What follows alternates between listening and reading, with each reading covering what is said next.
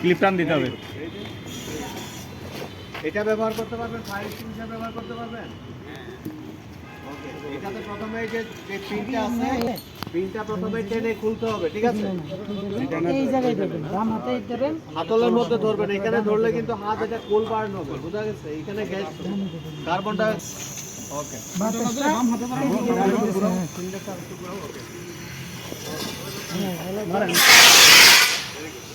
ওকে, আবার দাও। আরেকজন আছে।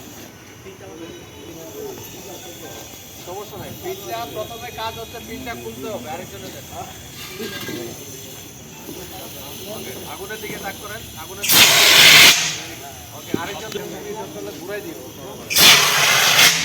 এটা ঘুরাই দেন। ঘুরে